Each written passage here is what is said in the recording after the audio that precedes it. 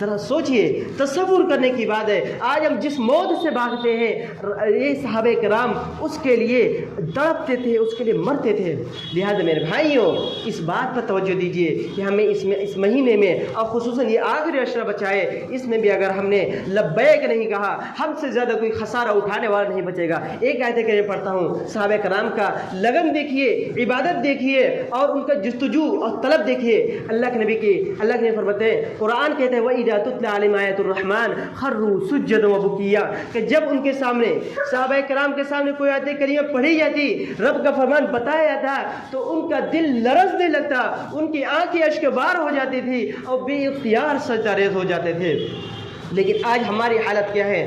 ہمیں کتنا بتا دیا جاتا ہے، لیکن جیسے ہم مسجد سے باہر نکلتے ہیں، ساری چیزیں ہم دوسری کان سے نکال دیتے ہیں، ہم اپنے مائنڈ سے نکال دیتے ہیں۔ لیکن میرے بھائی، یہ ہمارے بدبختی کی بات ہے کہ ہم نے صحابہ کرام کی زندگی سے کچھ سیکھا نہیں ہے۔ جس صحابہ کرام کے بارے میں اللہ کے نبی نے کہا ہے فَإِنْ آمَنُوا بِمِثْلِ مَا آمَنْتُم بِهِ فَقَدِ اهْتَدَوْا، اس وقت تک کامیاب ہو ہی نہیں سکتے جب تک کہ صحابہ کرام کے طرز کو نہ اپنایا، جب تک کہ صحابہ کرام کے طرز پر اپنی زندگی کو نہیں لائے۔ لہٰذا میرے بھائیوں، اللہ سے دعا کرتے ہیں کہ اے اللہ تو ہمیں حقیقی معنوں میں رمضان عبادت کرنے والا بنا، اے اللہ ہمیں گناہوں سے توبہ کرنے والا بنا، اے اللہ تو ہمیں اپنے گنہگار بندوں سے نکال کر ہمیں اپنے نیک وکار میں شامل کر دے، اے اللہ ہمیں اس عشرے میں لیلۃ القدر کی رات نصیب فرما، اے اللہ ہمیں جب تک اس دنیا کے اندر زندہ رکھ، کلمہ توحید کے ساتھ زندہ رکھ۔ آمین وآخر دعوانا الحمدللہ رب العالمین۔ رب اشرح لي صدري ويسر لي امري واحلل عقدة من لساني يفقهوا قولي رب زدني علما ان الله يأمر بالعدل والاحسان وايتاء ذي القربى وينهى عن الفحشاء والمنكر والبغي يعظكم لعلكم تذكرون اذكروا الله يذكركم ولذكر الله تعالى اعلى واجل ومولاه اكبر۔